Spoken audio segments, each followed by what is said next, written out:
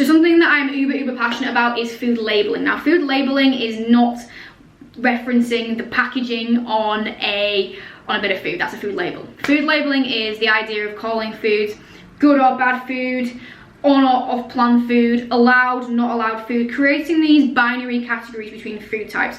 And typically it's foods such as pizza, chocolate, cakes, biscuits, foods that aren't whole foods that we typically put into these bad food categories, off-plan food categories, cheap food categories. Now, the reason I am so against this, because you might be thinking, well, what is the problem? Because I want to be eating less of this kind of food. So if I give it a bad label or a negative label, I'm less likely to want to eat it because it's got a negative emotion, and therefore I'm not going to eat it as much. That's a good thing, right? But the thing is, it actually has the opposite effect.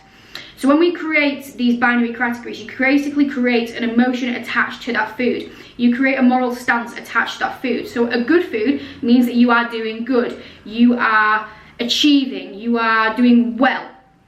Whereas a bad food, it creates negative emotion. You're not good enough, you're not capable of adhering, you're defying what you should be doing. Very, very negative emotions. Then when you do have something that is not allowed, because it's inevitably going to happen at some point, you're inevitably going to just say, you know what, fuck it, I want it, because you deprived yourself that much of it. You're in a situation where there's no other choice but to have that food. It will happen at some point on your journey.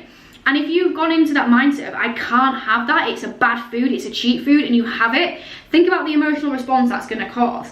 Guilt, shame, frustration, low self-belief that you can do it because you haven't adhered to the plan. And what does that create as a result? That creates this all or nothing mentality. And that typically leads to fuck it moments where you just overeat and you binge because you've just decided that, you know, you've already broken the rules, so you may as well carry on. And then that's when you go way over your calories, and then you have to start again. And it's creating very, very negative relationships with food.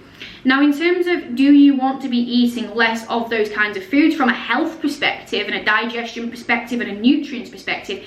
Yes, you do. But when you don't give them the labels of good, bad, allowed, not allowed, you can eat them with less guilt and less shame. And when there is no huge emotional response because you've not given it this label, you can just eat it and then carry on business as usual, because you don't have this, well, I've already messed up mentality, because there is nothing to have messed up. You haven't defied any rules or any mental categories or blocks that you've put in with yourself.